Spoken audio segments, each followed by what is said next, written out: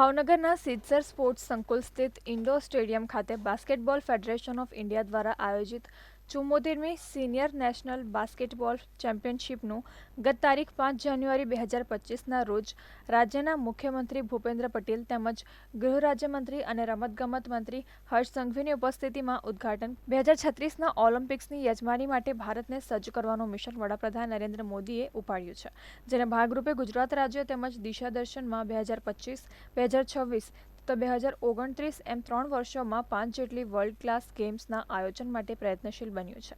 મુખ્યમંત્રીએ જણાવ્યું હતું કે ગુજરાતમાં આજે જે સ્પોર્ટ્સ કલ્ચર ખીલ્યું છે તે વડાપ્રધાન નરેન્દ્ર મોદીના વિઝનનું પરિણામ છે.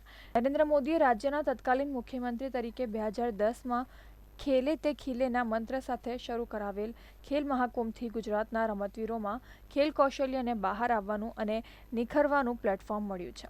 ગૃહ રાજ્યમંત્રી અને રમતગમત મંત્રી હર્ષ સંઘવીએ જણાવ્યું હતું કે દેશના અલગ અલગ રાજ્યોમાંથી આવેલા યુવાનોને પોતાના રાજ્યનું પ્રતિનિધિત્વ કરવાનો અવસર મળ્યો છે. આવનાર દિવસોમાં ગુજરાત સ્પોર્ટ્સ હબ તરીકે આગળ વધવાનું છે. ગુજરાતમાં દેશના વિવિધ ફેડરેશનો સાથે મંત્રણા કરીને અનેક રમતોનું આયોજન કરવાનો હેતુ છે.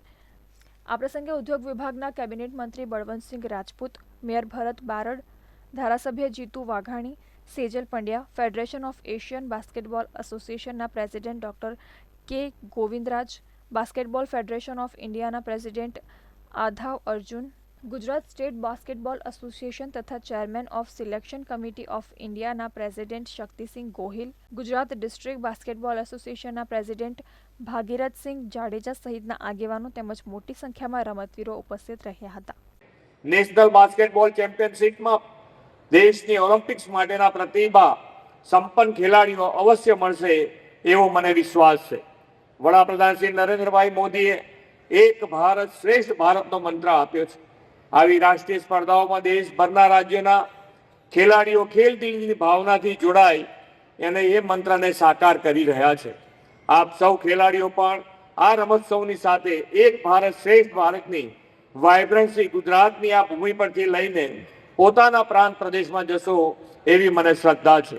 गुजरात आने वाले दिनों में सभी फेडरेशंस के साथ मिलकर विभिन्न खेलों के आयोजन के लिए ये राज्य आप सबके स्वागत के लिए हमेशा तैयार है. मैं फिर से एक बार आप सभी साथियों का यहाँ बहुत बहुत स्वागत करता हूँ. हमारे विधायक जीतूभाई ने और भावनगर के अन्य साथियों ने खास तौर पे ये टूर्नामेंट को